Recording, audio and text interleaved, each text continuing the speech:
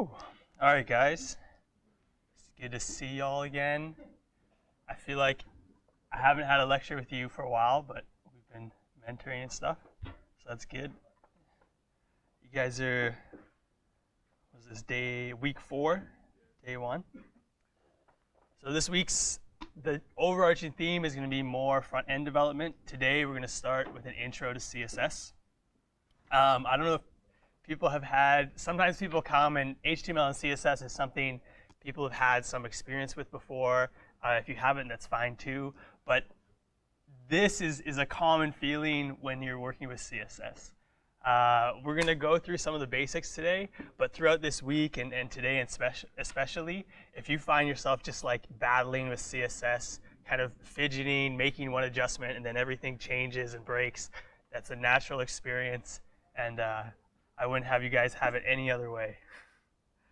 We're going to be looking at these things: writing semantic HTML, CSS, which stands for Cascading Style Sheets. We're going to look at something called a reset, or an alternative normalize. We're going to spend a good amount of time on the box model.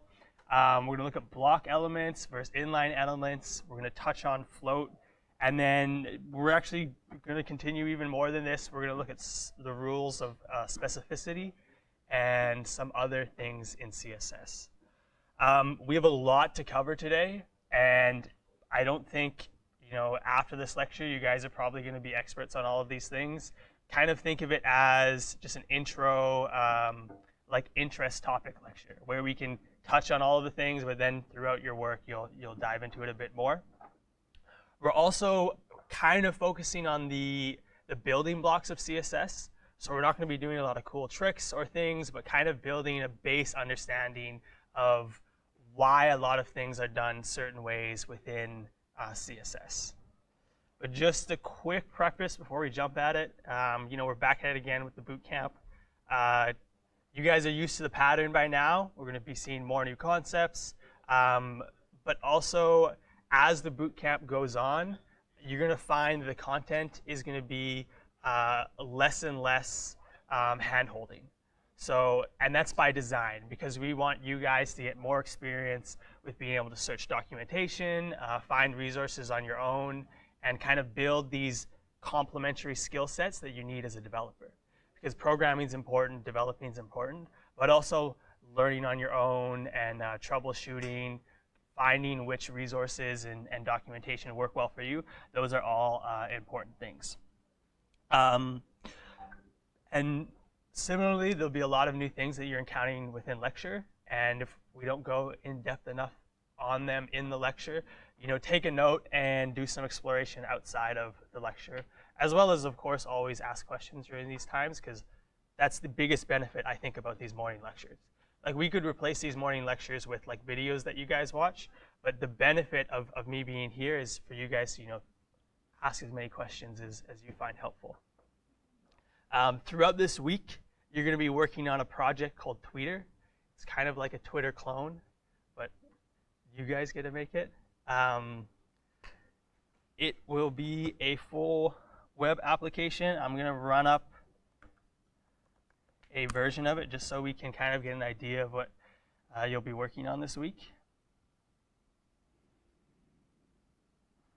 So I'll just go over here. It's on not localhost 3000, but 8080.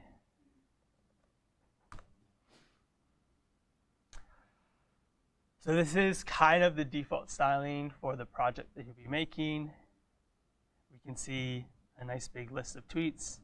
If I click on this top right button, I can hide and show the composed tweet thing. I can make a tweet if I want to. And as I tweet something new, it will show up within the tweet list.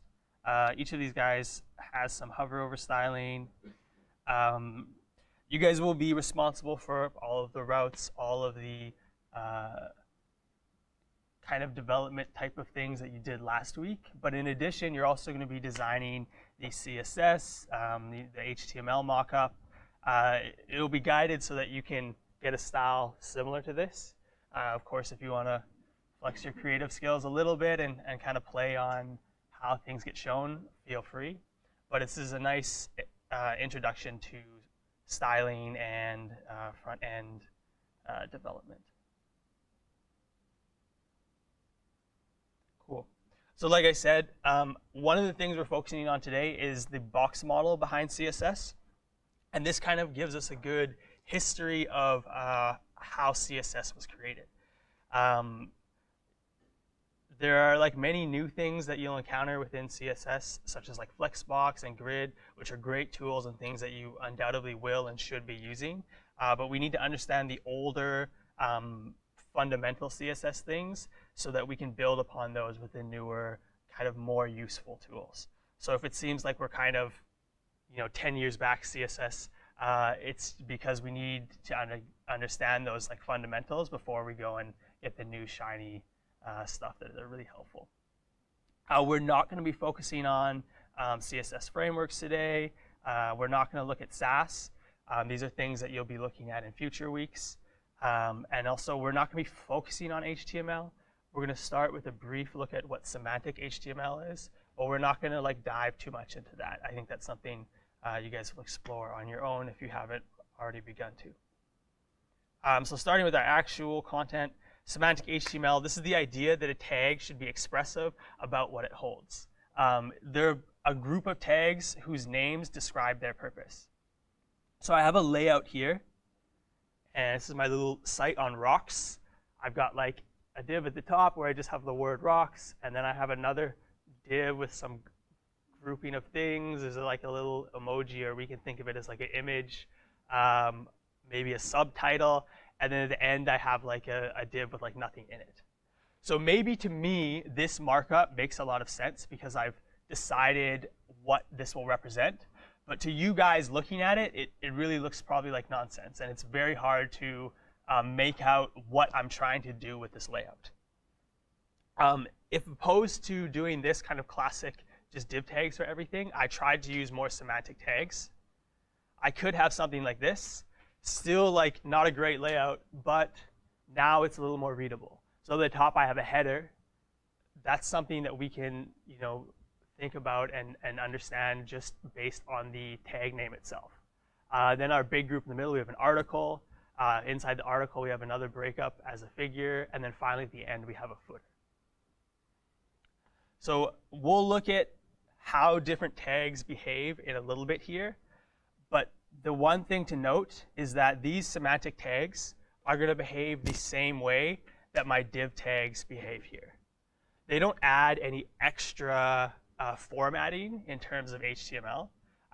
You guys have probably seen some tags. If I use a header tag, if I use a list tag, they make my content look a little bit different. The group of semantic tags that I can use, they don't change how my content looks, but their purpose is to provide additional meaning or kind of clear purpose for my content. There's a decent amount of semantic tags. I don't think you have to memorize all of these, but kind of knowing a general idea of what your options are. And if you're making, for instance, a footer or a figure, and you kind of remember, oh, I remember there was a semantic HTML tag that I could use instead of a div. Try and make this a habit. You can have this page or another page pinned so that you can remember the different semantic options that you have available for yourself.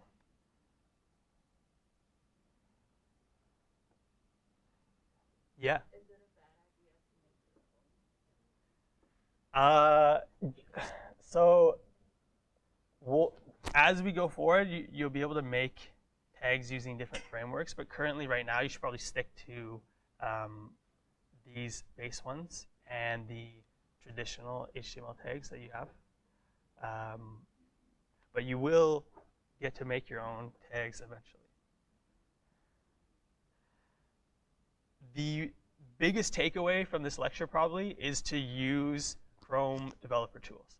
So you guys have been using Chrome Developer Tools already. If I right-click on my page, I can go inspect. I can also bring it up from my menu by going More Tools and Developer Tools. I can also use the short key, depending on if you're in Ubuntu or Mac, it'll be different. But this whole set of tools here, we've been using maybe for like console logs and things. On this first tab here, Elements, this will be kind of a lifesaver with CSS.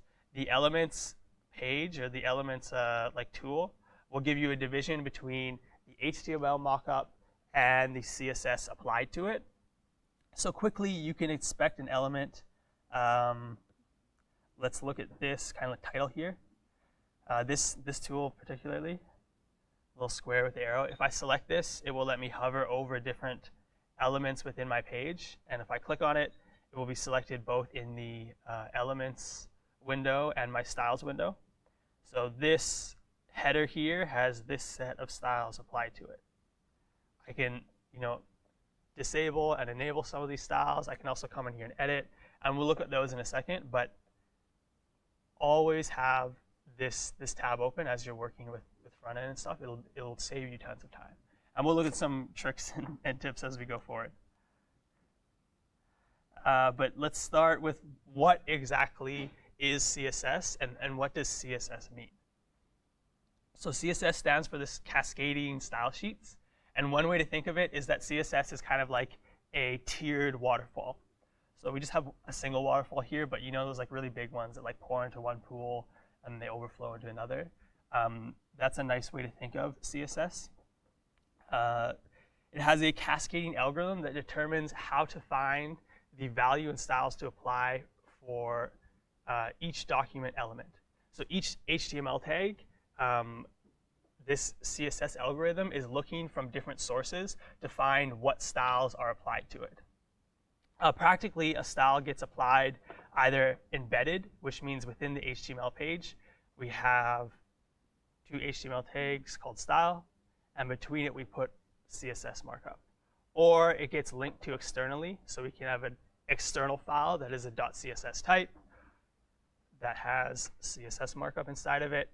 And the last way we can kind of do that is inline. So right in line of our HTML element, we can give a style attribute, and we can apply kind of key value pairs for the styles of our elements. So we have embedded, external, and inline. And these are the different tiers of the waterfall that our HTML elements are getting their styles from. So let's look. I've got a little page here. And this is my attempt at visually representing the waterfall. It's just a bunch of nested divs. So if we go to the HTML for this guy, I have just a very basic setup for the document with my opening HTML tag, my head tag at the top, which is used to include metadata and to link to external resources. So I've linked to one external style sheet here called waterfall.css. In my head, I also have the style tags we talked about. So this is embedded CSS. And then finally, we see my different nested boxes. So we've got box 1, box 2, box 3, and box 4, corresponding to each of these divs. And within the last div, I have some inline style. So the point that I'm trying to illustrate here is that a page like this can get its styles from many sources, and they're smartly brought together and applied like in tangent. Meaning, so let's look at this outer box. It's just, actually I don't know if any styles are being applied. Let's check.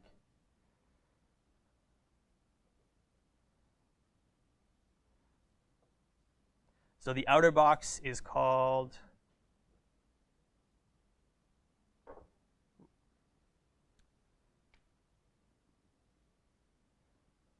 outer box just has a class of box and 1, and it's a div. So if we go to, it has all of these styles applied to it. So we're giving it a height and a width, we're giving it something called padding, we're giving it a font size, a line height, and we're giving it a font family. Other than that, it doesn't have any colors applied to it. So our outermost box is getting styles from a single location.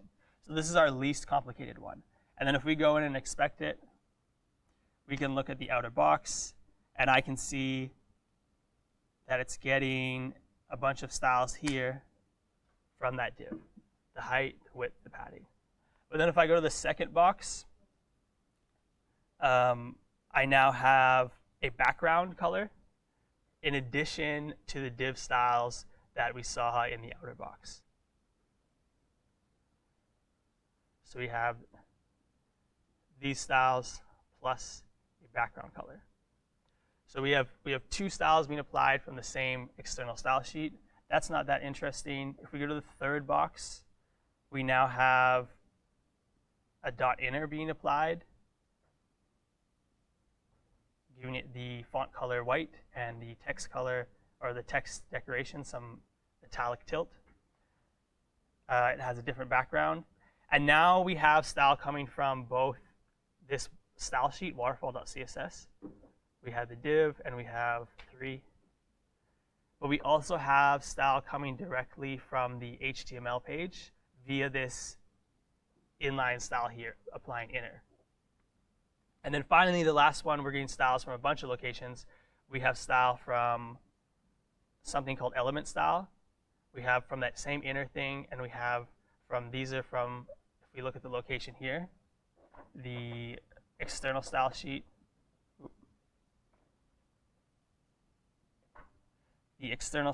waterfall.css, the HTML page itself, and this last one doesn't have a location, but that's because it's an inline style. So it's coming directly from our HTML element. So we have all these different locations, tiers that our styles are coming from, and they don't overwrite each other entirely. They can be collected together and all apply to the same element. So this last div here gets styles from inline, from external, and from the embedded style, and it all gets applied together to make this div look the way it is. Now, we saw this one, we saw the inline, and we saw the external, but down the list, you might have noticed there's an extra one down here that says user agent style sheet. And what this user agent style sheet, this is the default styling that the browser has for this div HTML element. Yeah.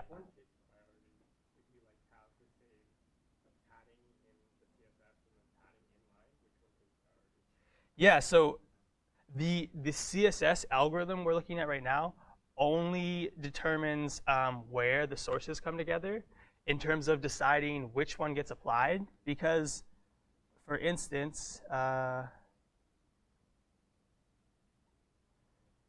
actually I've kind of designed this so we don't have overarching styles, but I could give, or I guess the default color for this text is black, and then I'm overriding it to make it white. The default background color is white, and then I'm providing different colors in the background. I could even have it so that in one place I'm giving a dark blue color here, and then in another place I'm giving another background color. And this background color is trying to make it red. So for the outermost thing, we see that style is applying. But if I look at the second one, I have both the cornflower blue and the red. My dev tools are smart enough to kind of cross this one off because they know it's not being applied. But why? Why is this one being chosen over this one? And that is because of the rules for specificity. And the rules for specificity decide in a war between two styles of the same type, background color and background color, they decide which one gets applied. And we're going to look at that for sure. But we'll focus on the waterfall for a bit to start with. But yeah, one nice thing when working with developer tools is we'll get highlighted which styles are being applied, which styles are being overridden with this crossout. We can on apply styles. We can play around and test new styles. So I can come in here and say, okay, I really want to know what happens if the font size is like 30 pixels or 40 pixels. Then I hit enter, and we can see what happens. I really want to know what happens if I give this a border and I give it 4 pixels solid purple. I'm like, yeah, this looks real nice. So as you're implementing new style changes to your mockup, try and do it first in the developer tools, because it's nice and fast. You get instant changes, and you don't have to like spend time going, let's go back here. I need to find the waterfall CSS. I need to go into 2. I need to say, okay, what about border? 2 pixels, solid pink. And then I have to go back, and I have to refresh. I'm like, I don't like that. And then it's a slow process, and when you're just kind of fidgeting to find the right values, it's much quicker and instant to just come in here and say, okay, I want a nice thick border. It should be dashed, and it should be a crimson, and so on and so forth.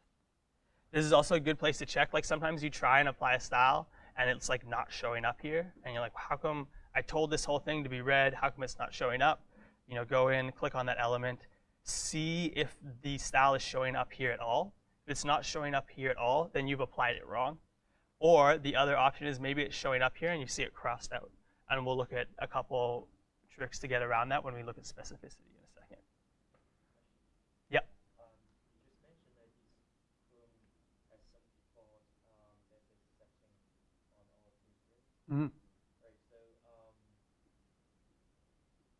do all the browsers have their own settings in like software?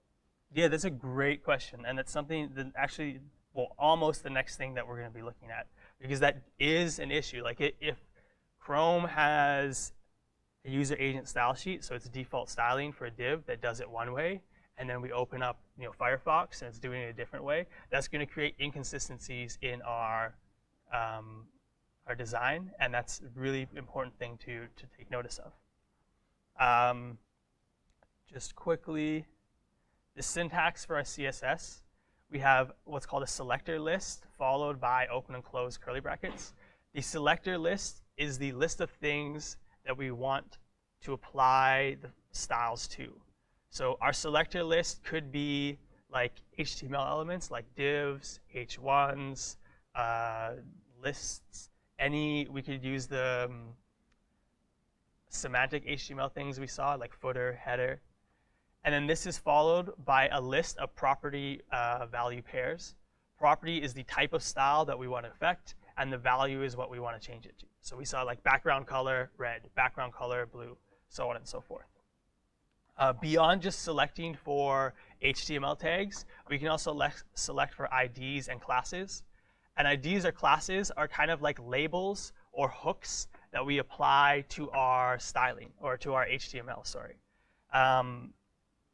So for instance, if we want to apply a class, we can apply a class to many elements, the same class to many elements. So I have a div here. I'm making this div a class of shaman. I have another div here. I'm making this like a rogue class. And all this does, it allows me extra flexibility for selecting these two divs. Now I can include the class shaman in my selector list. So I just want to apply styles to this div. IDs are similar, but IDs are unique and should be more sparingly used than classes. If you find yourself giving a lot of things IDs, you should like kind of reconsider on it if they're needed. Each element can have at most one ID. So I can give this div, I've given it an ID of introduction. I can't give it another ID. It can only have this one ID. I can also only apply this ID of introduction to this div now. I can't make a second div and give it the same ID. Well, I can, but it's going to like break things. So by convention, you only want to give it to one. Each element can have both classes and IDs.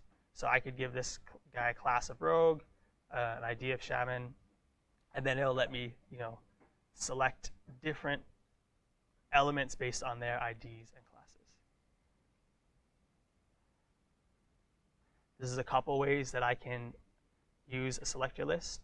So if I do one thing I'm selecting for, comma, another thing, that means apply the following styles to divs and also apply it to anything that has the class.primary. Here, if I do it directly next to one another without a space, I'm saying apply these styles to divs that have the class primary. So it's a div and it has the class primary. And then lastly, if I do div space primary, I'm saying apply this styles to any element that is a child of a div and has the class primary. So they are enclosed in just a div inside any of those elements that have the primary class. This stuff will be selected for. There's more. These are the most basic ones that you'll be using probably pretty frequently. You can select for like the first child, or you can select for like more complicated filters. I've got a link here in the notes that you can check out, but we're not going to go into that level for now. Any questions on classes or IDs at this point? Yeah. This one and this one? Yeah, so this one is when I have an element that is a div and has the primary class. So as an example, if we go in here and I were to create a new tag, I go div, and I want it to have a class of primary. The style would be applied to this thing, and anywhere something like this occurred. So I could have multiple of these, and all of these divs with the class primary would get the styles that were included here. This last one are any .primary classes that are inside of a div. So they would be applied to something more like this. If I just have a div and then inside of it somewhere, there could be other things, like I could have a header. I could have like another div, and then maybe down the line I have a paragraph tag, and that has a class of primary, or what was it? Yeah, primary.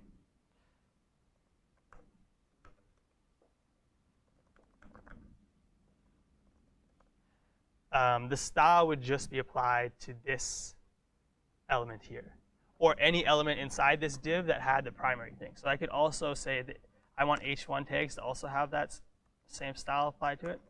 So I could go in and edit that, and now I have two elements that are inside the div tag and have the class primary. Reset normalize is the solution to that comment that was just made. So each browser will have these user agent style sheets, and they're going to be very similar to each other. Let's look.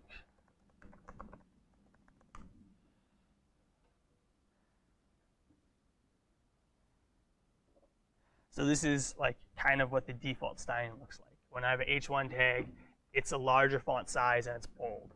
When I have a list, they're usually done with some sort of bullet, and they're tabbed in. If I do a link, classic blue underline link tag, that's the user agent style sheet.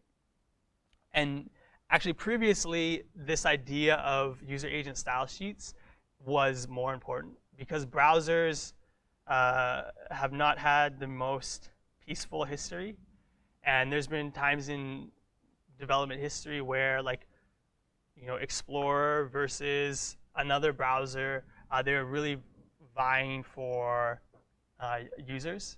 And the difference between their user agent style sheets was a bit more pronounced.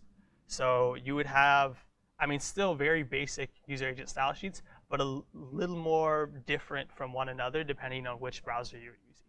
Nowadays, they're fairly consistent, but it still can be an issue. And so the tool that people created to kind of combat this differing user agent style sheets was something called a reset.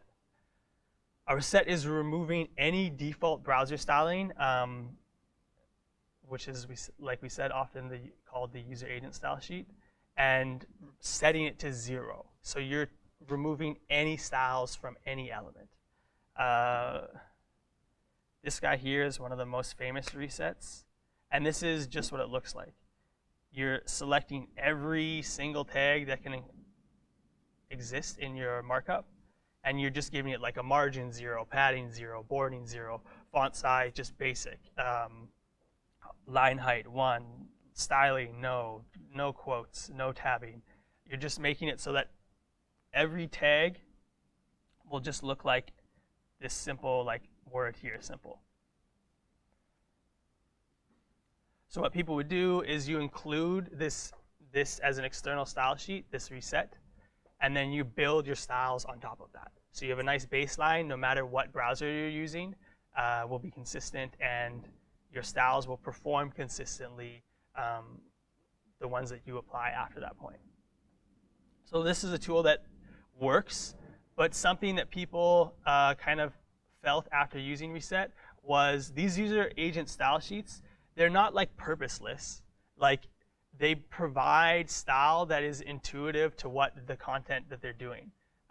So this header, it makes sense that header is bold and larger. It makes sense that a list is indented and looks like a list. So a group of people decided, let's not remove all of the useful styles that a user agent style sheet does. Instead, let's like normalize them. So whereas reset imposes a homogeneous visual style by flattening all the default styles for almost all elements, normalize retains the usefulness of those styles, but makes it so that they're consistent across all the browsers. This means you don't have to declare any of the styles for common typographic elements. You can use normalizes as external style sheets. There's also a node module that you can use to set it up within your project. I believe on Twitter you guys are using like a reset. But these are things to think about. If you end up using one browser and then opening up another and you're seeing that it's looking different, that's like your moment to think, oh, it's probably like user agent style sheets or something.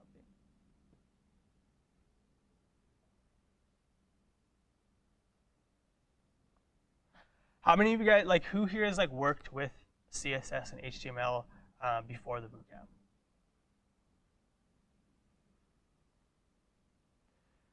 And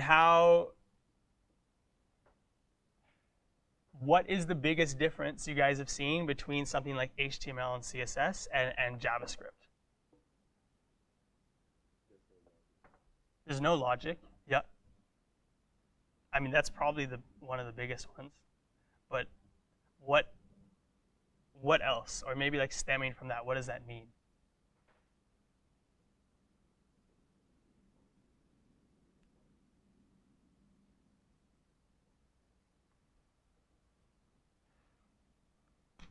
So one of the big differences, like JavaScript is a full programming language. HTML, CSS are style and formatting languages. But one of the differences is that CSS can be called have you guys heard of the terms declarative and imperative? So declarative is the idea that I can tell the code to do something and it will do it. Imperative is the idea that I have to tell my computer how to do something. So with CSS, I'm telling my file to give it a color of state blue. I'm just telling it to do something and it's going to like do it for me. I don't have to specify like, okay, find the element that looks like this, select the pixels of this color, change the pixels to this like hexadecimal. I don't have to tell, I can give it a font weight of 700, which is like an abstract idea of how bold a font should be. I can just tell it to do that. Whereas in JavaScript, if I want something done, I have to like logic it out and step by step give it clear instructions on how to do it. So apart from just being entirely different purposes, one thing that we can think of is that CSS is like declarative, whereas JavaScript is, for the most part, imperative. Okay, we said we're going to look at the box model, so let's look at it. Every element within HTML markup has these aspects to them. They conform to the box model. They have a margin, a border, a padding, and then inside here with the blue square, we'll call that the content. These can be set to 0, so they might not like show up, but they all are divisions that can be increased or shrunken depending on how you want to lay stuff out. So if we go back to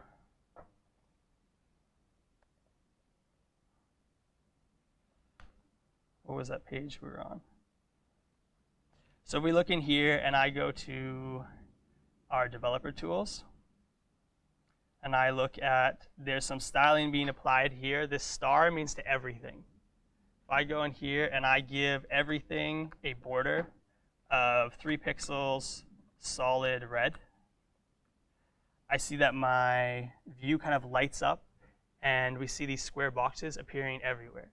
And that's because any HTML element has this box model. So we can look at this title here, and I can see that the blue highlighted by my browser is the content area. If we look at this title here, I can see there's a blue area highlighted. I can also see there's a darker orange and a lighter orange highlighted. The darker orange would be the border, and the lighter orange is the margin. We'll see if we can find something with some padding. This button has some padding. So we see this green color. That is the padding for this element. So purpose-wise, the margin is used to give space between our elements. So it's like the personal space for each tag, saying that I don't want any element to get within, in this case, 16 pixels of me. Like, stay back. The border is like the fence for our element. It is the outermost edge of stuff that we can actually make show up within our element. So all of these red boxes, I set the border here, and any visual content that's shown within this, say, H1 tag or within this A tag has to be contained within the border. Next comes the padding. The padding is the space between the border and the actual like text and content that comes within our elements. So this button here, it's nice that the words aren't right up against, the edges of the green box. That's padding that does it. And then finally, the content is just the space that you have to play around and actually put things.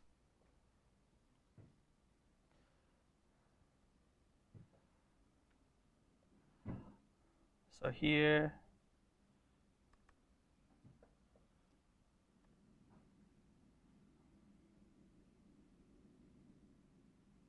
we can see I've got a box, and if I change, I'm just going to link all so that you can individually set the top, left, bottom, right of your border, padding, margin, but it's easier to just look at them all changing. So if I change the padding, I see that green space between the edge of my content and the stuff that I put in there changing. My margin is the space between items. And right here, we see general dimensions. I've got a width and height. So how do you guys think this width and height are calculated?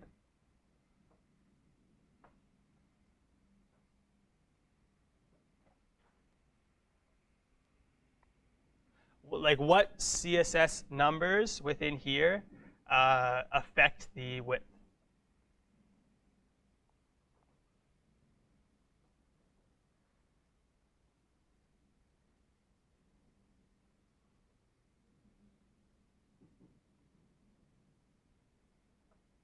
So we see here that our width, so this generate dimensions is talking about the total space from my edge of my border here all the way to the edge of my other border here.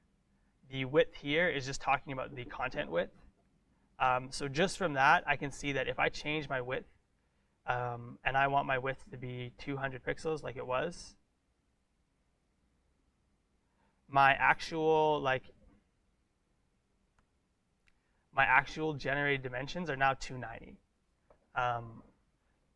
So what's happening is the total generated dimensions are the border plus the padding plus my width here, or at least like 2 times my border plus 2 times my padding plus my content.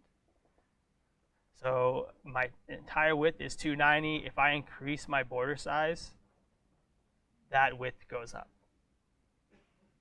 What might be a problem of calculating width in this way?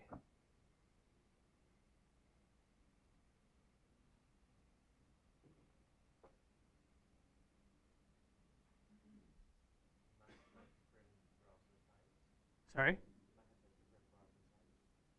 You might have a different browser size. You mean like the view width might be different? Or it might look different in each browser? Well, my view width won't affect the size. Like if I shrink this, it'll still be the same. It's kind of hard to show with their overlapping tools. But like my box down here is still the same size. It just has like a scroll to it now. So that would be annoying, but not necessarily a problem of how we're calculating the dimensions itself. What happens if I have, I want to make a div, and I want it to be 200 pixels because maybe a designer has given me a mock-up, and we have all of these like boxes of content, and he says, okay, they're going to be a bunch of like boxes. We'll have a title here and a paragraph, and I want 3 of them on the page. Each one has to be 200 pixels wide. I have to go in and I have to say, okay, how much, like I have to look at the design. It looks like the padding should be, I don't know, like 30 pixels. And then we're like, hey, we're not dealing with the border, so, or maybe we want like a really small border, like 5 pixels. And then in order to get these whole generated dimensions, I have to then do some internal math because I don't have this tool up within my CSS. I guess I could have it in my browser all the time, but that would be ridiculous. And I have to think, okay, if my padding is 30 pixels and my border is 5, that means I'm going to have 60 plus 10, 70, and then I have to take 200 minus 70, and then I can finally decide that my width will be like 130, and then I have a total width of 200 pixels. And so I'm like, okay, I got the first box. It's at 200 pixels. It's doing what I want. And then I look at the second box that he wants, and I see that the padding is way different. So now I have to do a complete separate set of calculations to make sure that my width stays 200 pixels, but I have to change my padding. So I come and I make my padding bigger, and then I have to shrink down my width. And eventually I hit a width of 50 pixels, and we have consistency. So now not only did I have to do 2 like boring math calculations to get these 2 boxes to look the same size, I also couldn't use the same CSS to style both of them. I would probably have to like add a class, say box 1, make it the right width, add a class, box 2, make it the right padding and everything. So this can become very tedious. Luckily, everyone else also got really tired of doing this, and a new box model was added called border box. And border box calculates the size, so the total generated dimensions from edge of the border to edge of the border from the width input. So if I want my box to be 200 width, I just set it to 200 width, and it will fit within that thing. I can change the padding around, make it less, make it more, and my box will still conform to 200 widths in dimensions. I can add more border, and it will adjust the inner content so that we're fitting within 200. So this becomes much easier for us as developers because we can pick a single number to represent the space of our box and keep it that way. Margin will always be calculated in addition to that. which is fine because it's more a spacing thing than it is the actual like layout of our content. So all of this to say, you're virtually never going to want to use content box. You're always going to want to use border box because it's much simpler and actually conforms to how you do CSS. You want to set dimensions for things and have them be those dimensions.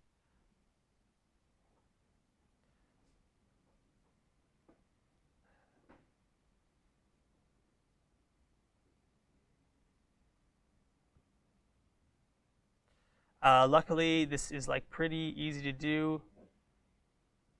You can just use the all selector, and you can just tell it that you're going to use box sizing, border box. So a nice early step to any project that you're doing. If you have a main style sheet, throw this in there, and you'll save yourself kind of a lot of headache with things being inconsistent and stuff. So with border box, we have the total height and width is the content size plus padding plus the border.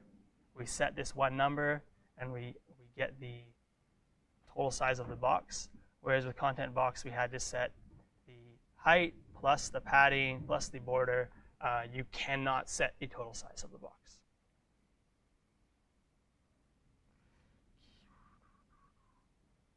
Okay, we won't break quite yet. So the next thing we'll look at is block versus inline. And these are two style properties that all HTML elements will have. By default, they'll either be block, or by default, they'll either be inline. We can override the default and set them to what we want, but they will always be a style property of an element. The difference between the two is a block element will always start on a new line. It's greedy. It's just going to take up as much horizontal space as it can. And it's usually represents something structural. So by default, we have divs, all the headers 1 through 6, paragraph tags, ULs, which are the groups of lists, and nav tags, and the semantic HTML tags that we saw. Those will all be block elements. Whereas inline elements, they don't start on a new line. They can coexist with other people in the same space. They don't affect the elements around it. We'll see what that means in a second. You can't set the width or height of something inline. It takes up the space that it needs based on the content it has, but you can't make it bigger or wider. And inline elements are content related. So by default, we have a span, an A tag, an input tag, button, image. These are content-based things. So I've got another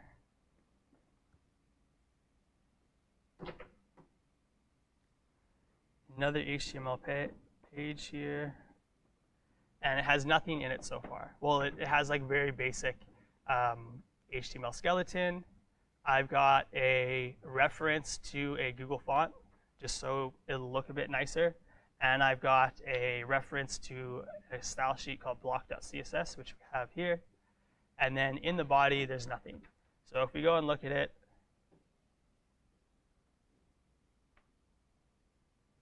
here, there's no content. We said, so by default, spans are inline. So I'm going to make a new span. This is an inline element. I'm going to put this down a couple of times.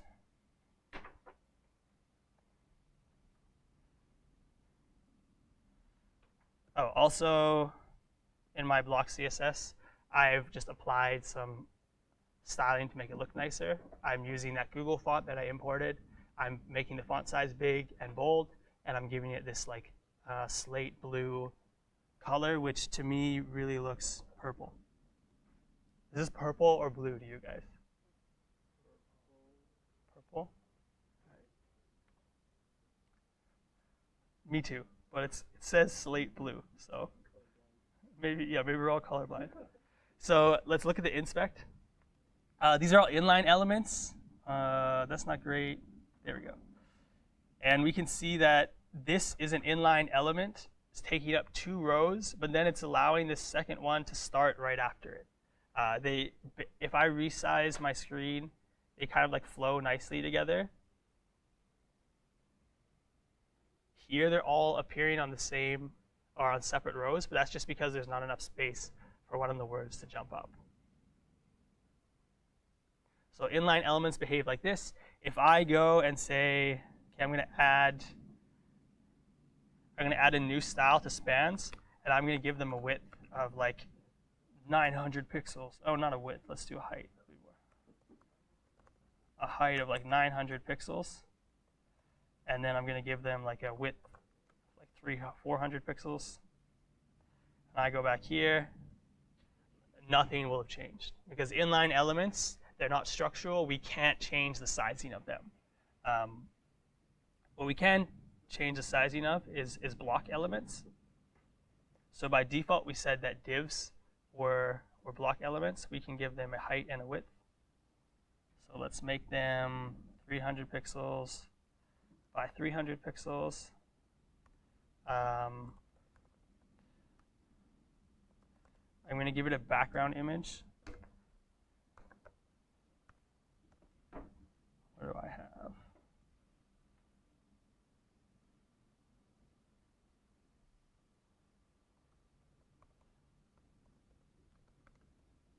And then I'm going to say that this background image, I want it to be contained so that even if it's bigger than 300 by 300 pixels, it's going to get shrunken to just be contained within our div. We go into here, and maybe I'll add a div in between the first span and the second two, and then a div at the end. And now if I refresh,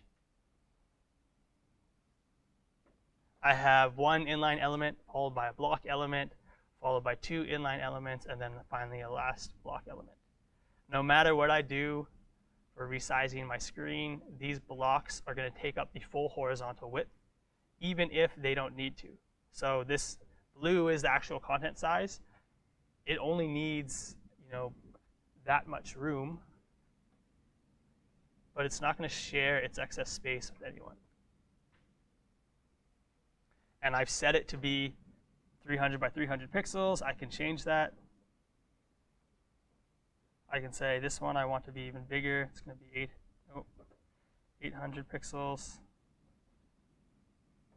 and 800 pixels.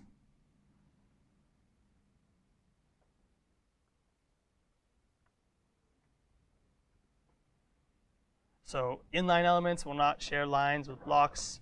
Block to block will not share lines. But inline to inline elements, they'll take up space together.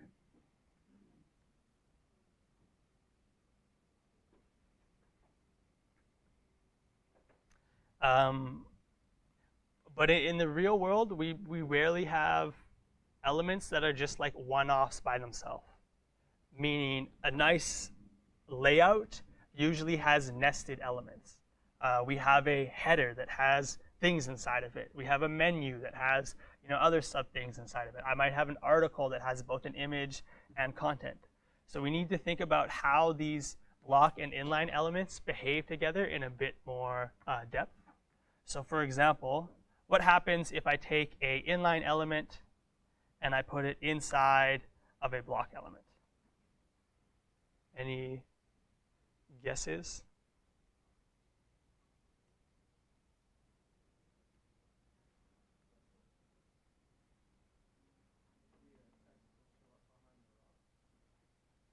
So the text will show up, did you say behind the rock?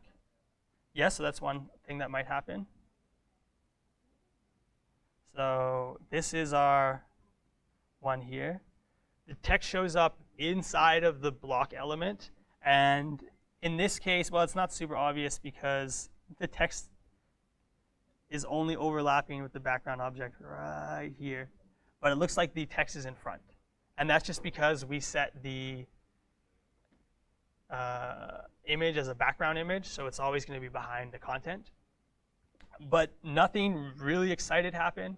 We just have now a inline element inside of a block. That's fine. It kind of behaves like we thought. The thing is inline inside of the block, so it's still performing like an inline element, but just restricted to those 300 by 300 pixels. I could put more than one inline element in the air. I can also put another block element in here. So I'm not going to use div because it'll just be a rock overlap the rock, but a paragraph tag is a block element. So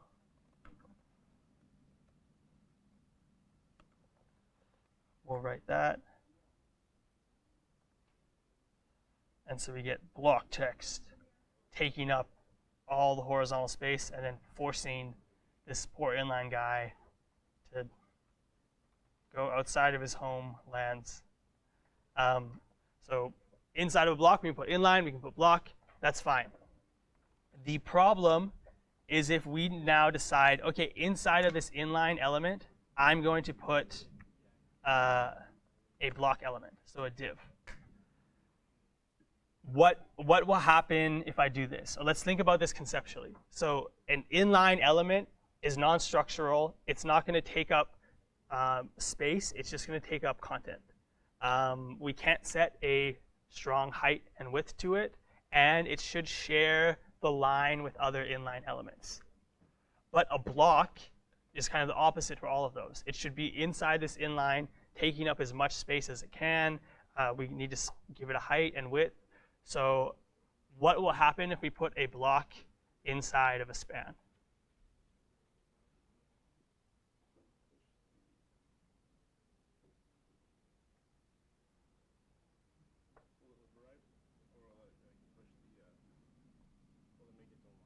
Make its own line. Let's see. Wait, where was I doing this?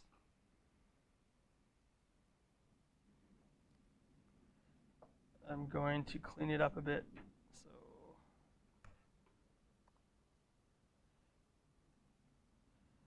So it's happening here, and this is our span. It has no space of itself. Then inside of it, it has a block, and then it's pushing this down here. It is working in this browser, but these CSS rules say that you should never put a block line element inside of an inline element. In the best case scenario, it will show up and kind of just override one of the other rules. Like this is showing up block, but even though this won't happen, in the worst case scenario, it will just not be rendered to the screen. And it can also provide a lot of complications or when you start trying to apply styling to the block and inline elements. So with nesting, we don't want to put block elements inside inline elements. It can cause inconsistent renders and conflicts between the inherent properties of both of these guys. But do put anything inside of a block, and you'll have to, because blocks are these nice big structural components, and you're going to layer in inline and block and whatever you want inside of them as you go. Both of these, as we said at the beginning, are settable properties. So we can come in and say, okay, those spans, they're not performing like we want to. We want them to be block. And then we want to give them a height of 200 pixels and a width of 200 pixels and maybe a background color of a nice wheat. So if I refresh, we see this is our interesting one where we have a block inside of a span, but now that's fine because our spans are block. We have our little block spans here, and so on and so forth.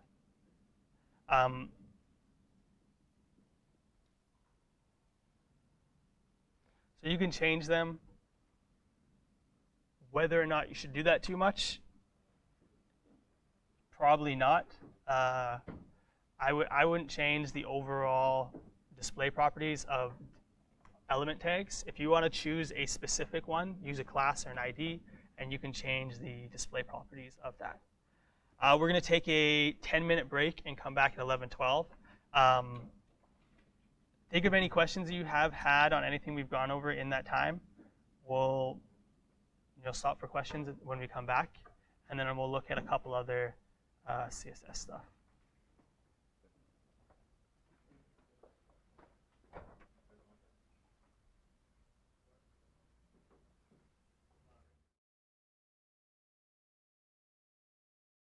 Question. So when you do like this, Mhm. it means all the spine will have this Mhm. sets all this one, but Mhm. that will have this. Mhm. Another question. How does this work? So that I was saying, if you have div comma primary, it's saying it's the same as doing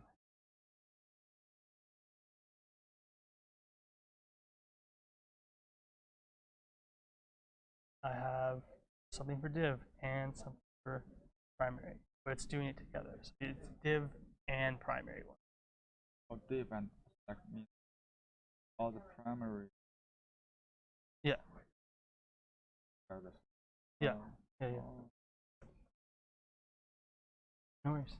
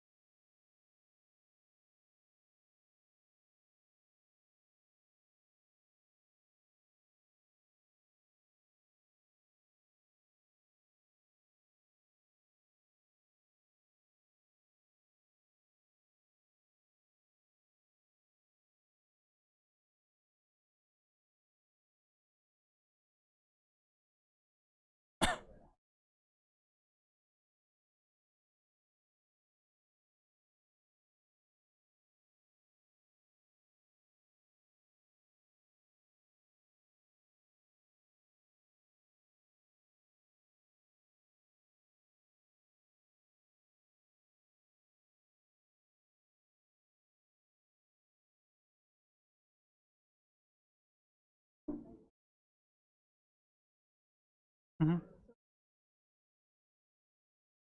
When we edit, Mm-hmm. and then all the elements are like all together. Mm-hmm. Because I understand line is one after the other, but then the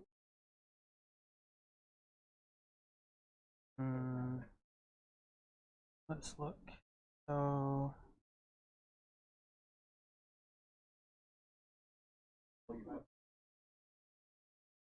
like this here? Yeah. So what's happening here is so I made this a box, this span, but they're blocked right now. Everything on this page is blocked, but there's not enough room inside of this box to hold the content. So what's happening is called an overflow. It's overflowing out of it. So when I have a box and stuff overflows out, it won't affect the positioning or layout of other elements, but it'll still show up. And there's ways you can get rid of that. So I can say, the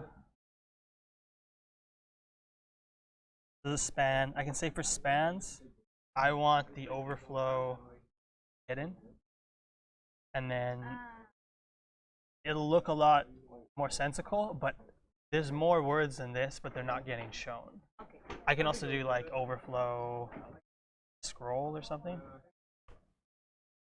And then, yeah. Yeah. So it makes it really confusing in terms of the layout, but when you have the overflow, it doesn't affect like the structure. It just makes it really messy. Yeah. No worries. I won't be. Okay. Maybe let David know. 'Cause I'm not lecturing tomorrow. So, Like I'll be here after. yeah. We'll probably just make sure that whoever is lecturing like streams it, and then you can watch it.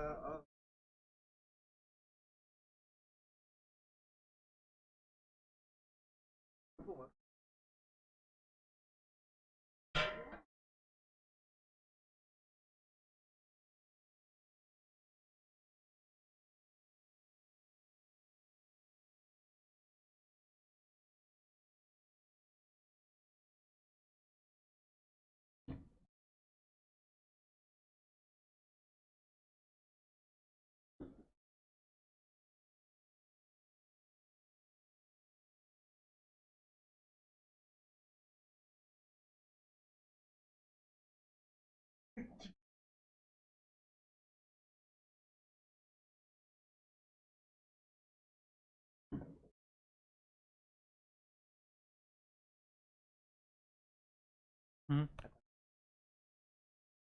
Hmm.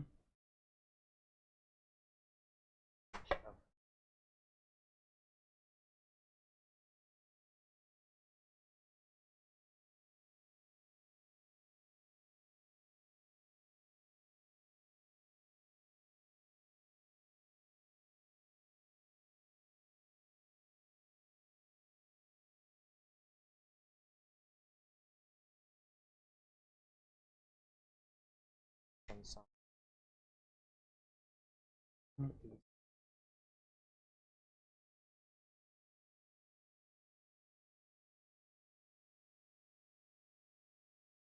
Hmm.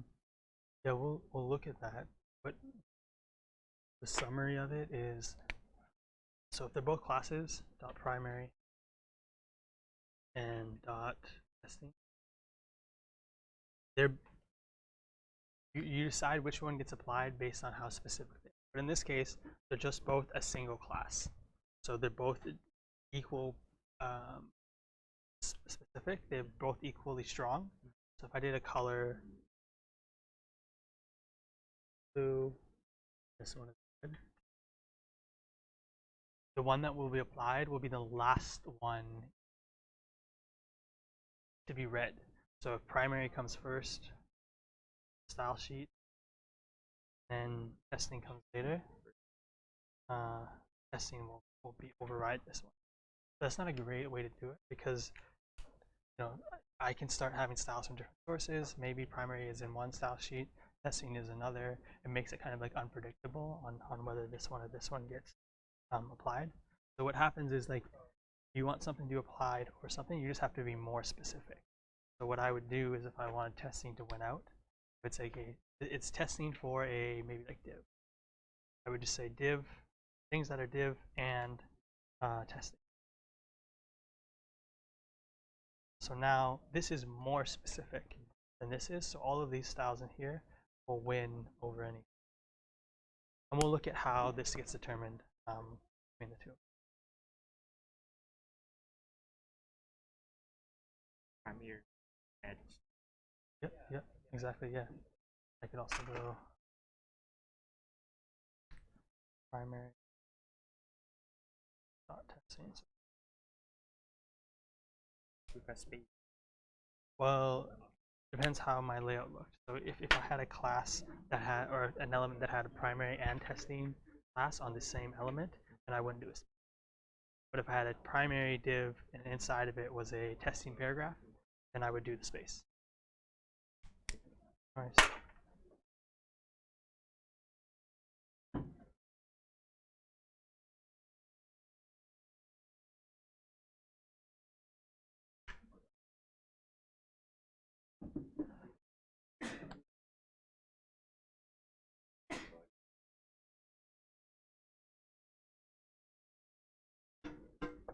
Okay.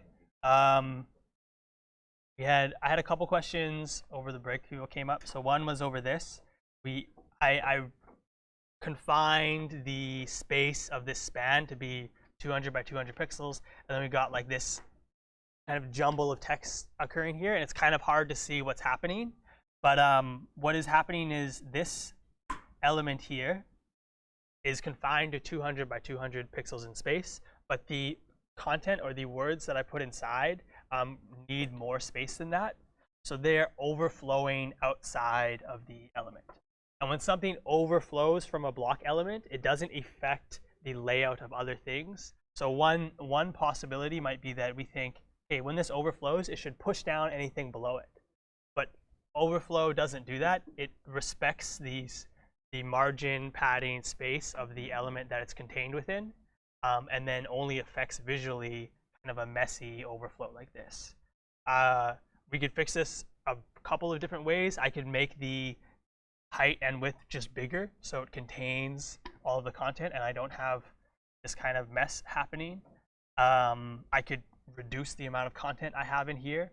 I can also use another property called overflow, and I could set this to hidden. If I set it to hidden, it just cuts off any content that would be overflowing down. So that's one thing. Overflow property has different things you can set it to. You can set it to scroll. That would let me scroll through the overflow content. So that was the messiness. The other question we had was on if I have, again, if I have two classes that are trying to reply to the same thing and they both want to set the text color, which one wins? And that's something we're going to get into in a second. Did any other questions come up during that break?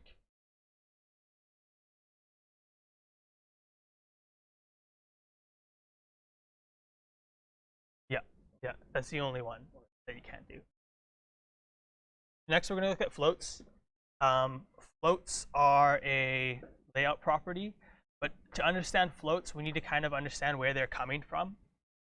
Early on in web development, when websites were first being created, designers and people were thinking, okay, we have this new medium to display content on. How is that going to look? And the biggest inspiration or the biggest parallel that they could draw from was print media. So we have like newspapers, magazines, and the idea was, well, websites are kind of like virtual magazines or like digital newspapers. So we had a lot of sites kind of emulating or trying to emulate the layout and flow of a magazine or newspaper. And in fact, there's a lot of terms in HTML markup that come directly from terms that are used in print processing stuff. Float is another idea that's kind of lifted from print and magazine layouts. This isn't the greatest example of this, but within this magazine, there's kind of this big title here, which is an image, and then over here we have some round images, and the image is being kind of like wrapped around by the text. So there's like putting the band back together, being wrapped by the content. These little circle guys are being wrapped by the content. So people were like, let's take the ability of just throwing an image and having the text flow around it, and let's put that in web design. And the tool for that is a float. So the property for float is just float, and then the direction that you want the image to float to. So this can be left, right. Again, I've got a little markup here.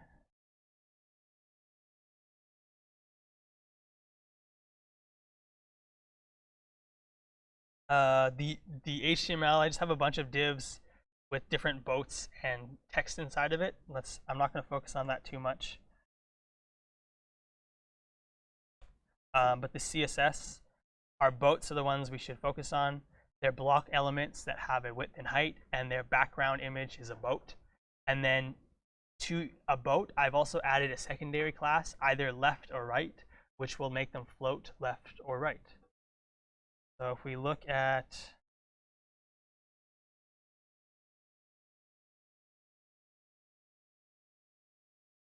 my boat or my floating thing, it says float allows inline items to wrap around them. First, we'll need to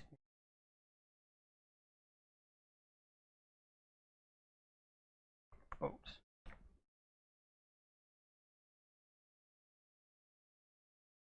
We'll look at, I just deleted a clear. We'll look at that in a sec. So I have 3 boats, and they're all floating left. They are inside of an ocean div, which is this like light blue. They are the first elements inside of it, and then the second element, or I guess first element, second element, third element, the fourth element is all of this text. And the text has the background of this light blue. If I resize this thing, the boats will drop down when they don't have enough space, but they will also allow the text to wrap around the image as they can. So we get kind of this behavior of wrapping. I can also float elements both left and right. So these top 2 boats are floating left, and this bottom boat is floating right. We can see text filling the space as it can.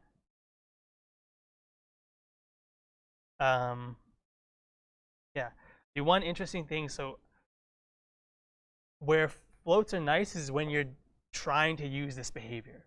You have content that you want to wrap around the image. Where they're not nice is when you say, okay, I have a thing and I just want it to appear on the left side of the screen. Because floats have some additional properties that aren't always wanted or don't always provide the behavior that you want. So when I said we have one surrounding div called the ocean, and then 3 boats and a ship. So this ship, we look at the space the ocean is taking up. It says 685 pixels by 1086. And then if we look at the space that the ship is taking up, it's almost that same space. There's a little bit of padding on the sides, but it's 645 by 1086. And if the boats are block elements and this ship is a block element, why are these boats not taking up or pushing down the space that this ship takes up? So we can think of the ships as floating on top of the, or sorry, as the boats are floating on top of the ship. So they actually just appear over top of the space that this other block takes up, and they only affect the content inside of it. They just push it around. So as an example, down here, if my ships are block, this is what it would look like. They push down the actual light blue-gray color of the text. So the reason this happens is because it's needed to. Like, we need to have an overlap of the space that the ships are or the boats are taking up and that my text is taking up, so that the font can wrap around it. But it does create some frustrating things if all we're wanting to do is like move a boat to the left or move a boat to the right, but also push down the rest of the block elements. The way we can get around that is with something called a clear fix. And a clear fix is a very hacky way of achieving this. Because to do a clear fix, I have to create a separate element, which I apply separate style to clear or stop that overlapping of my floats and my blocks. So what I mean is, in here, you just saw me delete this line, which was a new div, separate from the boat and separate from the ship, which has all that text in it, which is a div that has a class clear. And in my CSS, I have a selector for that clear class where I'm applying clear both, meaning both left and right floats.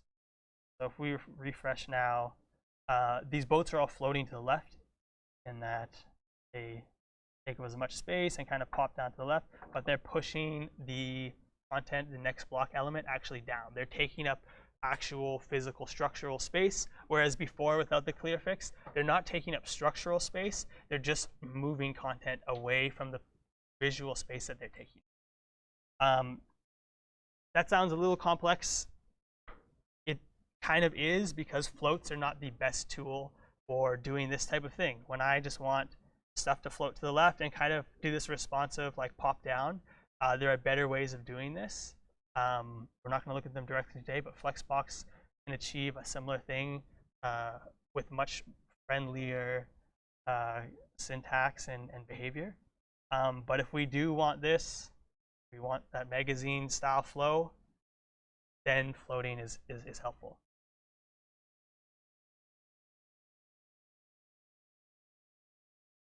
There's also another property, inline block. It's a display property like inline was and like block was. It lets you put things in line so that they can stack, but also takes up structural space, so you can set the width and height of something. So that's one solution for this, and in fact, that's the last one here. You can use inline block to allow multiple boats to take up a row while also taking up vertical space. So each of these is a block element. That's a block, that's a block, that's a block. Well, inline block, so they take up space. But unlike a block, they can all kind of cozy up on the same line and or be on a separate line when the space isn't there for them. These are a couple different options when you're trying to format space.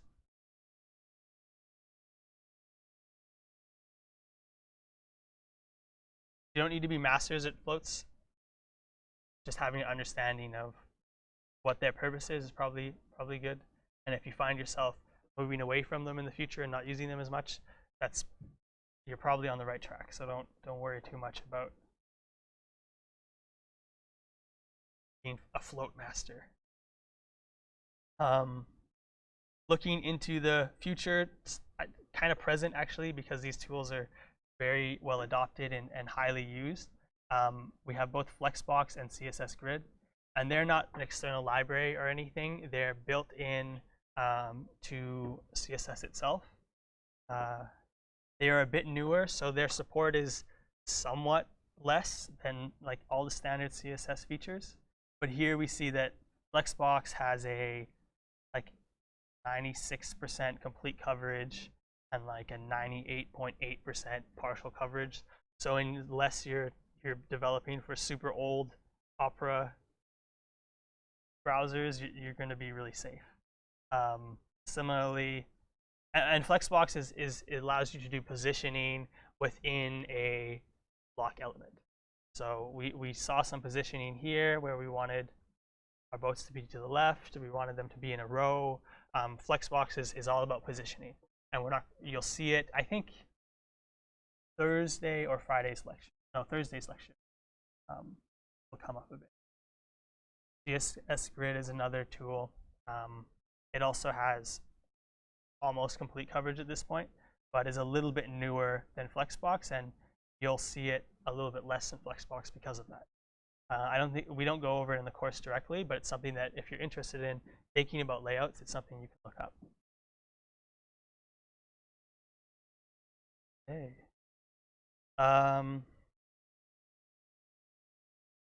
Next, we're going to look, well, we could look at some position things. So position being how an element shows up in the page, not how it takes up space. And I think we'll have time for this, but we're going to jump ahead a little bit and look at specificity, because this is the more important concept about CSS, and it's a thing a couple of you guys have been asking questions about. So specificity is the set of rules that determines which style gets applied over another style when we're trying to set the same property. So if I have a, here, I think this is a header. I have a header and we look at style. It's getting slate blue color from this all selector. If I come down here,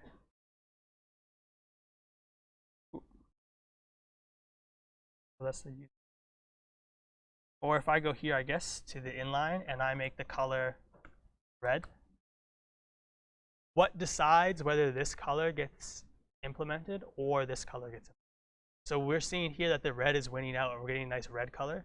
But why? If I take it off, it's there. And initially, this can be something, if you don't look into specificity, that's really frustrating. Because you try and add a style, and then you look at it, and it's not being applied. And then you have to like figure out, okay, what do I have to do so that this one shows up? I don't want it to be red. I really want it to be slate blue.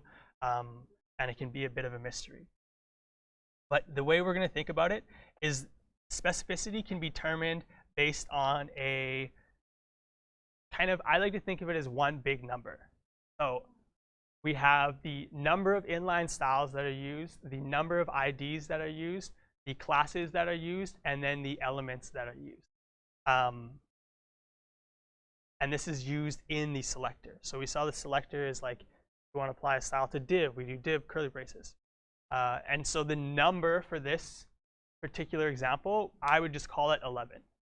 And bigger number will win out over a smaller number.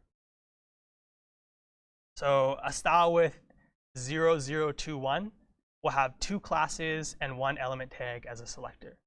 And that would be applied over a style of 0011 or like 11, which has 1 class and 1 element tag. So can anyone tell me the like specificity score of this group of selectors?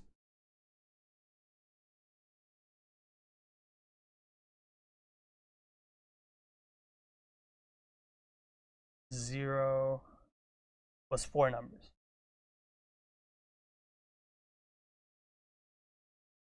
0, 0, 2, 1. Yeah, we don't have any inline styles.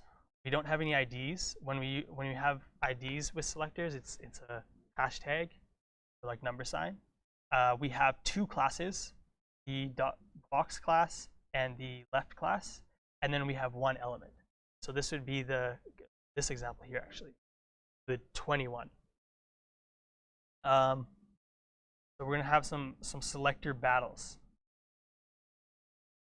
So let's look at this for a sec. So we have inline, IDs, classes, elements. Inline, IDs, classes, elements. So if I have this selector versus this selector, what will my font color be?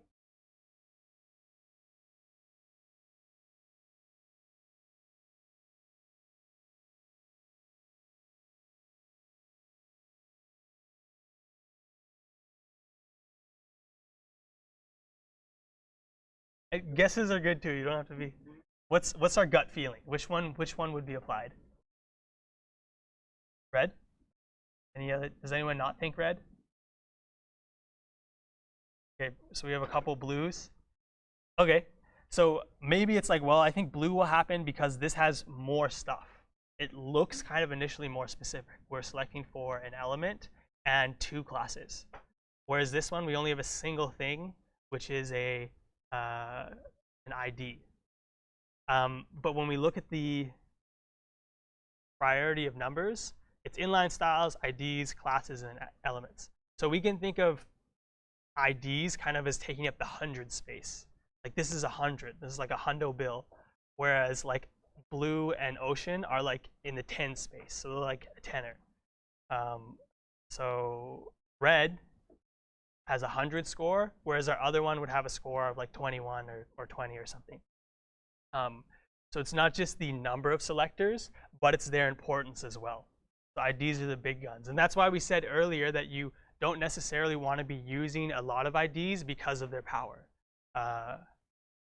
If we have a single selector here /red, and it's going to color things red and be very strong in that no matter how many classes I put in there, it's still going to overpower them. It can be frustrating in that I'm going to have a hard time overriding this guy.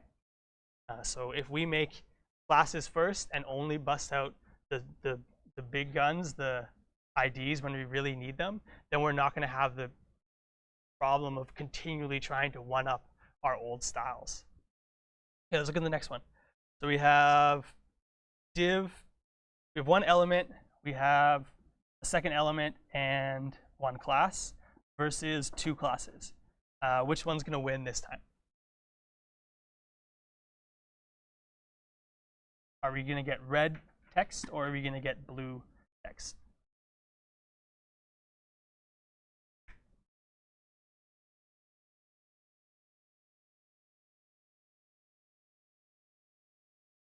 Who thinks red? And who thinks blue? Okay, we're pretty split. Let's look at the numbers. So if we have two elements and one class, we come up here, we have two elements and one class, so we'd have like 12. The next one, we have two classes, 0 elements. We'd have 0 and 2, so we'd have 20. So 20 is a bigger number than 12. We would have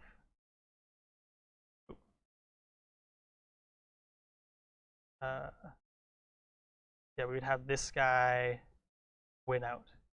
So the text would end up being. So again, it's not the number of selectors, but it's their. You have to take into consideration like their power level as well. Like classes have more power than elements. IDs like have strong power level, and then you have like inline styles, which are next level. Okay, let's do one more. So here we have div box left and div box left. So what happens in the situation where we have the exact same specificity? A div and then two classes will again be 21. Same with this one, our specificity will be 21. So there needs to be a way where things that are equally specific, we like have a drop. How do we get the two of them up? And the answer for this one is kind of a silly thing, which is why you don't really want to have ties all that often. It will be the last style that the document read. Meaning, if I only have one CSS page and I have two things that are tied, like I have this and then I have this, were they both? Oh no, red and blue. In this case, blue would be applied because it's the last style of that specificity that was encountered. But we saw earlier that you can have styles from different locations. I can have multiple external style sheets. So if you have different style sheets and one style sheet has this guy and it's included first, and then the second style sheet has this guy and it's included second, this one will again win. So the order matters only when there's a tie. Otherwise, it doesn't matter. Like if this is less specific, this one will still always win, regardless of where it's encountered in my CSS, and so on and so forth. The example that we didn't see here is we didn't see any inline styles. And an inline style will just trump any other styles. If I just include one thing inline, it will overpower any number of IDs, classes, or elements that are used in my CSS elsewhere.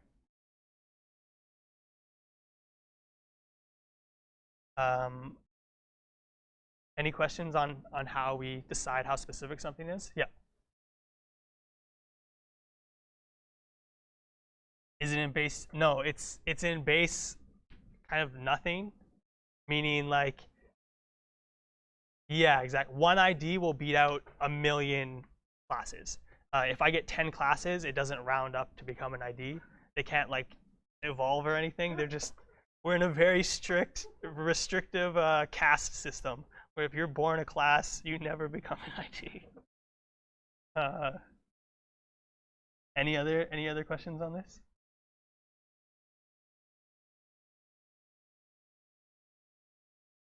Yeah.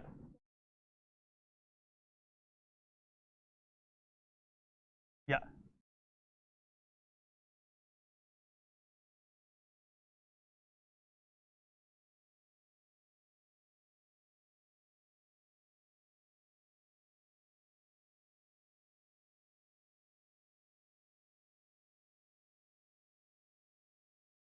Yeah.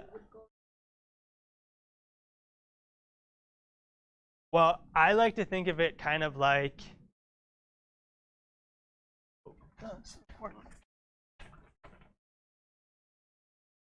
yeah, it's like if I'm writing something on a piece of paper and I go like color, this was put first. So it's there first, but then I hit it again and someone else tells me to like, it's like I have short-term memory and they're like, hey, color should be blue. And I just write it right over top of what I did. It like overwrites the previous one. As opposed to like, oh, this came first so that like because this style doesn't get applied until we have all of the things.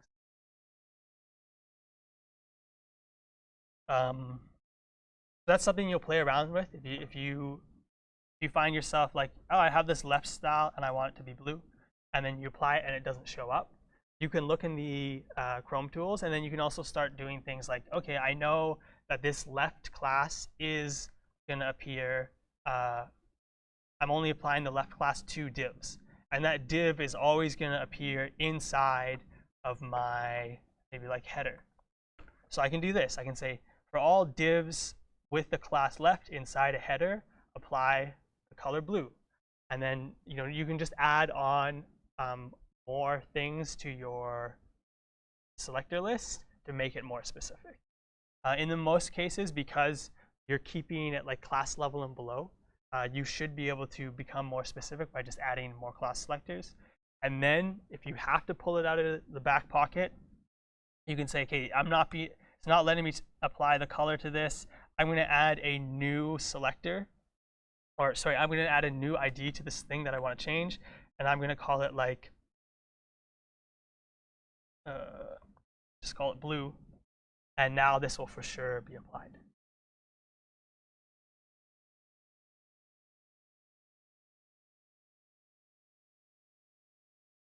You guys are always one step ahead. So when our selector is too specific, this is something we have to think about. If we're getting to this point where our selectors are like, okay, I don't even know how to read this. So A tags that have the class link and underline and the ID home, who are the first children of paragraphs, who are a child of A tags and divs, then apply this like underline thing. This is like nuts. You'll never get to this point, and nor should you, because it's way too specific. It becomes very confusing to any reader to know how this style is being applied. So you want to be as simple as possible. You want to use the minimum amount of like classes and selectors that you can. If you're getting to this point, I mean, there is an ID here. The thing is, like, this would never be actually applicable. You can override this whole thing maybe by using one ID. You want to use IDs sparingly. And if you don't need a selector, like these two selectors here were enough, then don't add on the extra one. In general, like, simple is better. If you want to apply styling to this, you could add a class link and then you could grab that with like hook onto it within your CSS and apply certain styling to it. But if you wanted to apply it to all A tags, just use A tag. You don't need to make a class unless you need to distinguish between two types of A tags. So start minimal and then add on more selectors if you need them. So important, we just had important brought up. You apply style, you can, as like a postscript, add exclamation mark important. Important will move this style to like the top of the specificity hierarchy. If everything is important, though, then like nothing is important. So it's the same thing. We have to be really careful in when we use these type of things, important and IDs, because if we're putting them everywhere, then how do we out-trump an important? We like can't. So we have no tool for like overriding something at that stage. So we have to be really sure that we will only ever want this style. Some people with their projects will decide like, I only have a couple importance in my back pocket, and I'll only use like 4 for this project or something like that. In general, like avoid them. You should be able to be specific enough with classes and element selectors and so on. But you have this as like a last case. Sometimes, like the way I see this get used sometimes is when people are using external style libraries like Bootstrap or something, and you don't want to go looking through all of their styling, and they're doing buttons in a certain way, and you want to override how those buttons are done. You can do that by getting more specific in most cases, but if that's not working, then you're like, hey, for this instance, I'm going to use important so I can override this other whole set of style sheets that's being applied to this thing.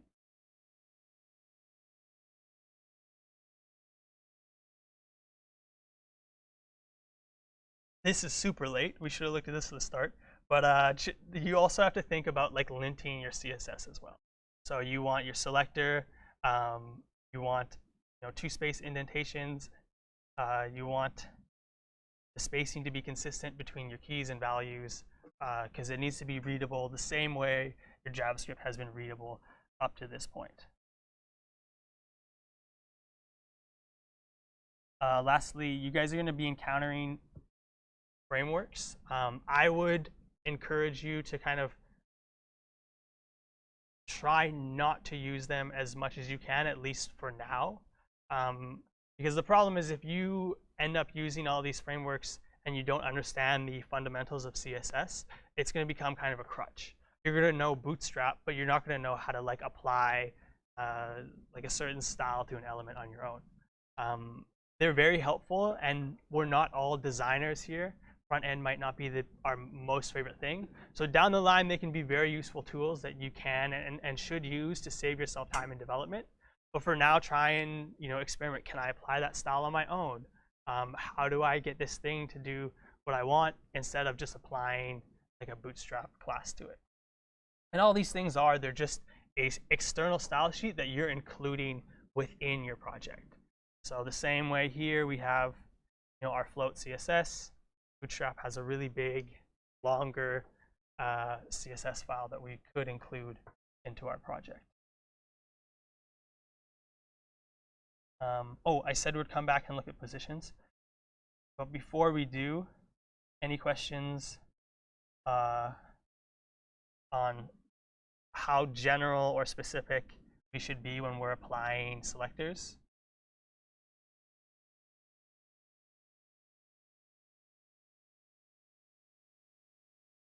It's also something that you'll get the like feel and tempo of as you go. Like try and be thinking about as you're making new style sheets, is this an appropriate selector? Is it too specific? Is it too general? Start simple and kind of like build up from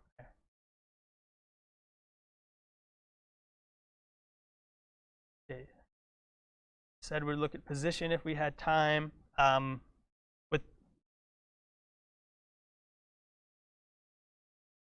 With position, we have kind of a lot of options. The default position property is static. So all the elements up till now that we've seen have been static elements. They just appear after the content that precedes them and before the content that comes after them. You know, this thing comes first and it's in this position at the top left corner because it's statically positioned. I've got an example here. I put one box into this div, which is bordered by this nice gray border, and this thing is like statically positioned. It just appears where it may. I can't change its position. I can't move it using the properties top, right, bottom, or left. So if I go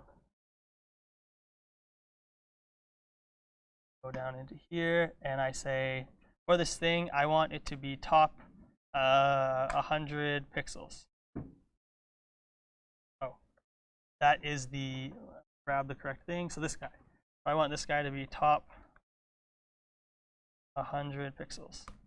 Nothing happens. I don't have that ability with a statically positioned thing. So static, just the default vanilla positioning. Relative is my next option. I can set top, right, bottom, and left to change the position, how it should appear on my layout relative to where it would have been statically positioned. So what that means is if I come in here, this was my box 1. I copy that box, oops,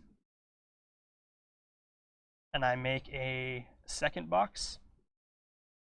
It's going to be class box, and it's going to have the class of relative, because in my style, I have, if something is relative, it should have the position relative. So we have one box, second box that's relative, first one being static. So if I refresh, it appears not directly below, but kind of down and to the right. And this is because my positioning, I said that it should have an offset of 100 from the top and 100 from the right. So unlike my static one, I can say relative to where this box should have been. So if I take off width and, or let's grab it. If I take off the top and left, this is where it would appear normally statically. I can say, let's nudge that over and let's nudge that down. So those positions, 100 pixels and 100 pixels, are relative to where the box should be or would have been if it was static. The other thing of note with relative positioning is if I put a static thing after that guy, so now I have one static box, a second relative box, and a third static box.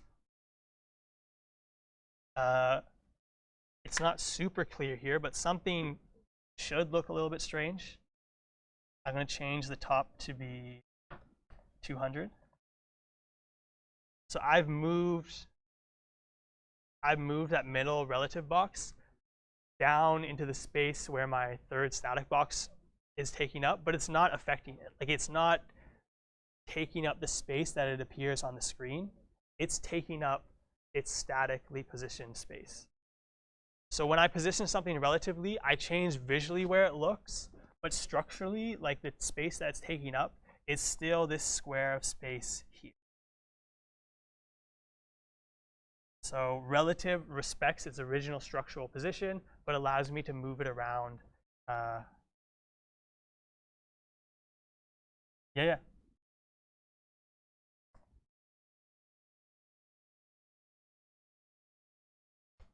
So the third one? Second one.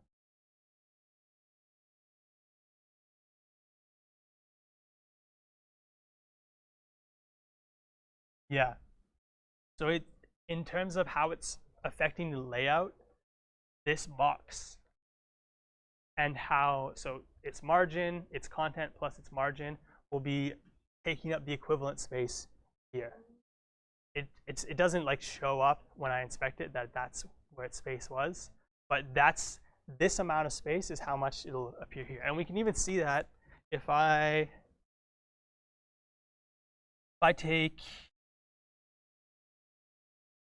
so this is the 2 guy, if I give it extra height maybe, 300 pixels. It's pushing. Well, also we get it. Its background image is repeating now, but I increased the height, so it's pushing box 3 down. I could also, maybe a better thing, I could do the margin. And then, it takes up more space. So that's relative. The next option is absolute. So similar to relative, with absolutely positioned things, I can set the position of its according to top, right, bottom, or left. But instead of being positioned relative to its static position, like where it should be, it's relative to the nearest positioned ancestor. So what that means, let's go, so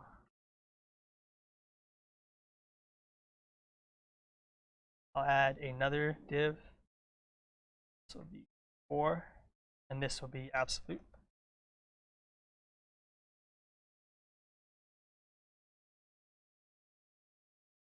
You have the same thing, 1, 2 being positioned off, but still relatively taking up the same space, 3, and then we have 4 down here. If I inspect 4, I said its position should be bottom, 0, right, 0.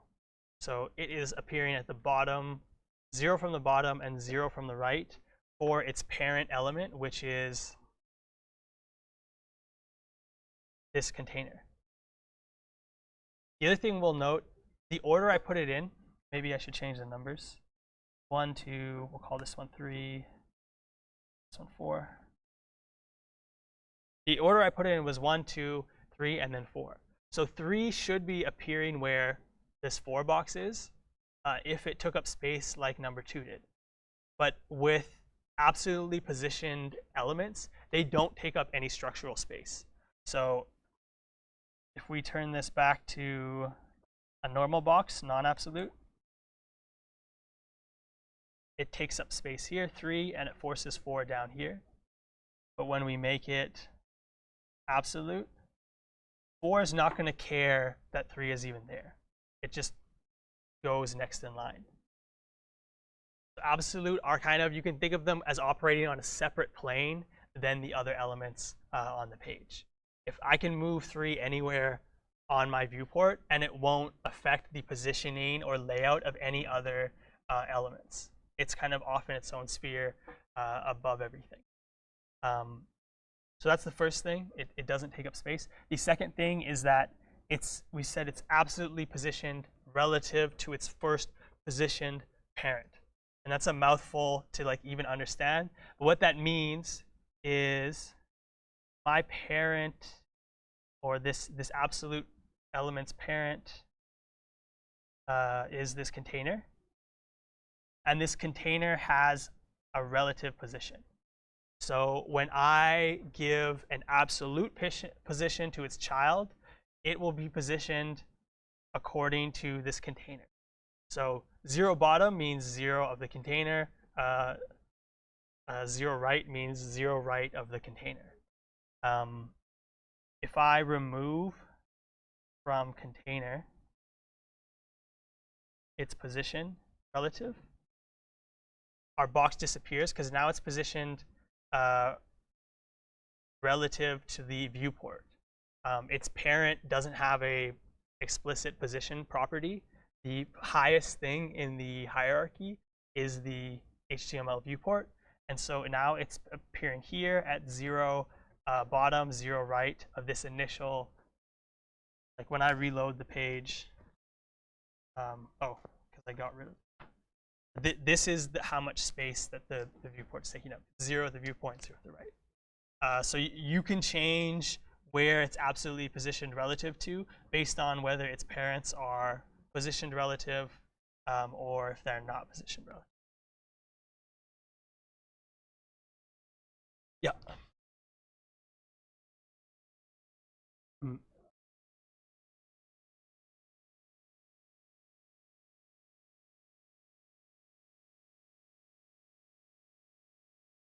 Yeah.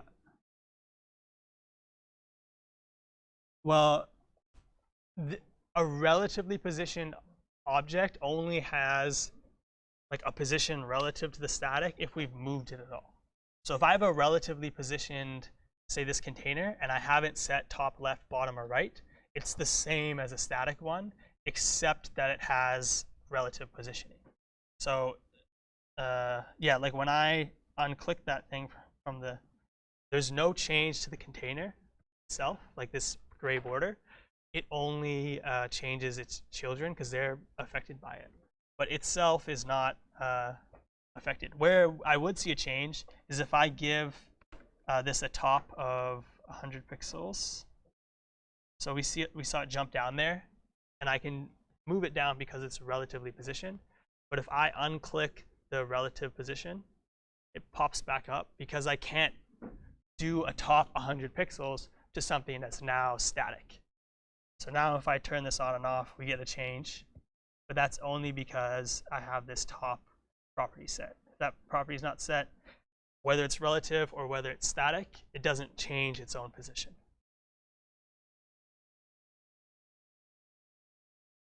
The next one we can look at is fixed.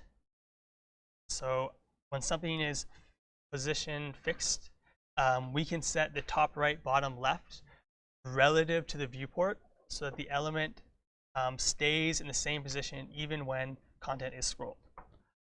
So the way that we would have seen this most relevant is usually in like a menu bar of websites. So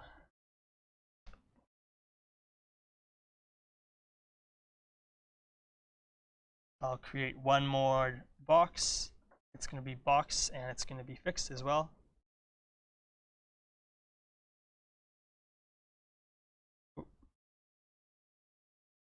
And we'll give it the number 5.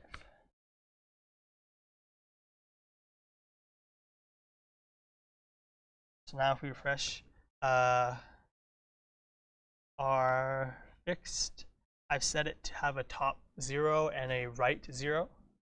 And that's, again, relative to the viewport. So my viewport right now is this available screen. If I change it, the viewport changes and its position changes.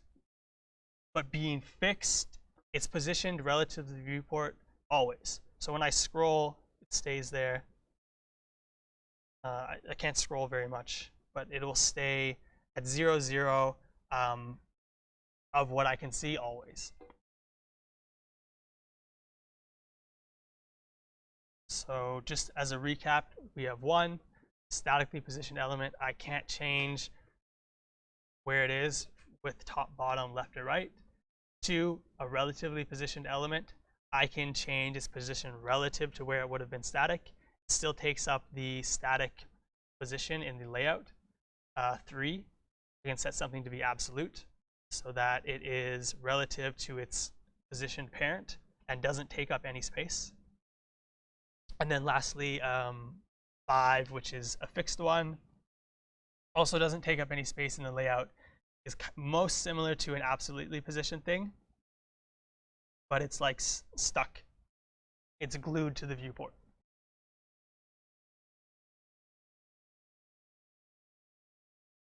Any questions on these position guys that we've gone over? Yeah.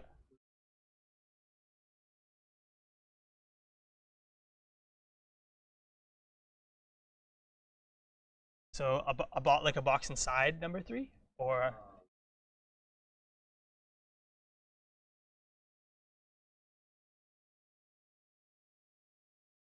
yeah. No, it would not move number 3. So number 3 is like just kind of in its own world. It doesn't even care about the other elements in the page. It'll just be there. Well, it cares about its parent. So meaning because it's absolutely positioned relative to this container, if the container changes, it will kind of stay in the bottom right corner of the container. But any of these other boxes like can't affect it at all. Like I could put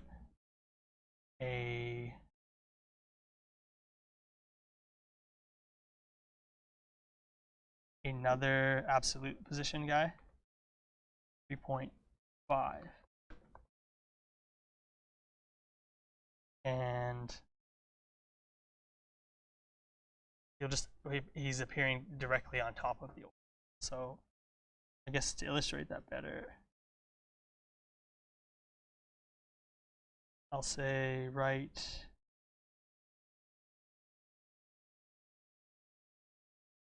$50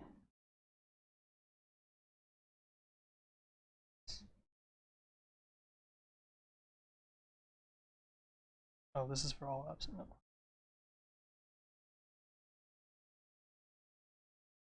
So write 50 pixels. Oh, that's the same. So write 0 pixels. There you go. So they're both overlapping each other, and they don't really care that another one's overlapping the other one. I can move this right 0. I can move it 60. Do it 80. It doesn't matter to the other absolutely positioned. The last positioned thing is something called sticky, and sticky's kind of hard for me to show with this layout that I have here, but we can look at an example. So let's look at sticky is kind of similar to fixed, but it's like conditionally fixed. So our fixed 5 stays with us always there. A sticky element will stay with us fixed until we reach a certain point in our HTML layout. So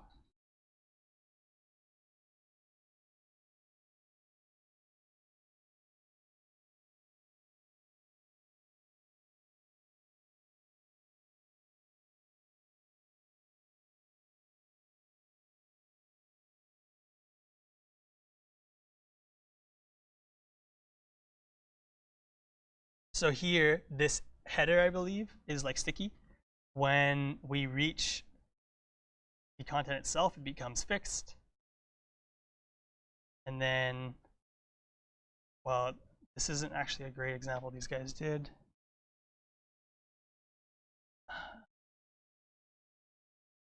I'm just going to add in a bunch of each ones.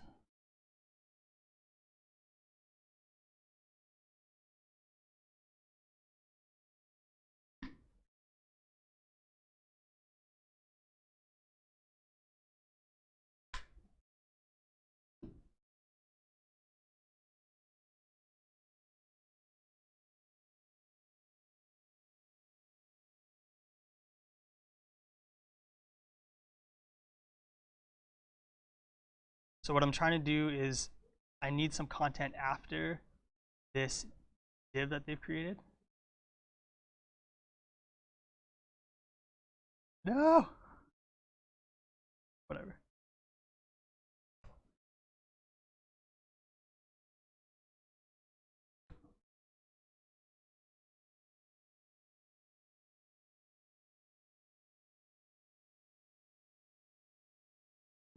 So they have it set to just the whole document HTML page. What I was trying to show is we pick up the sticky guy when we hit it at the top, and then if this green element were to end, we would like leave it. So maybe we can find a better.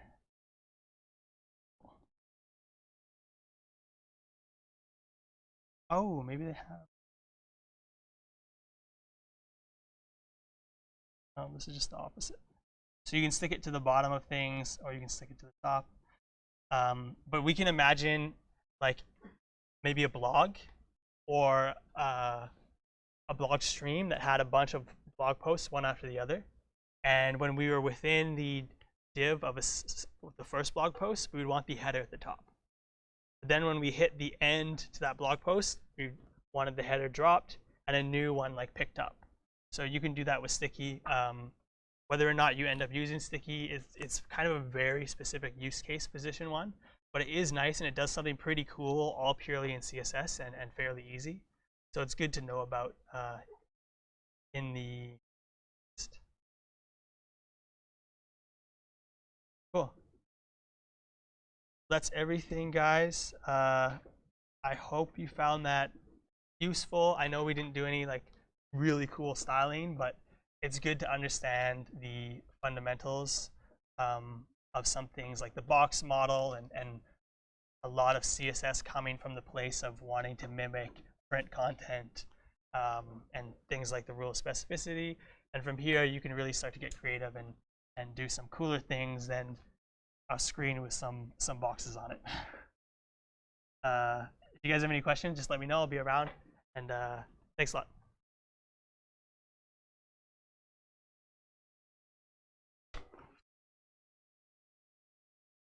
I have one inline style, one inline style, 0 IDs, 0 classes, and 1 element. I would have 1, 0, 0, 1.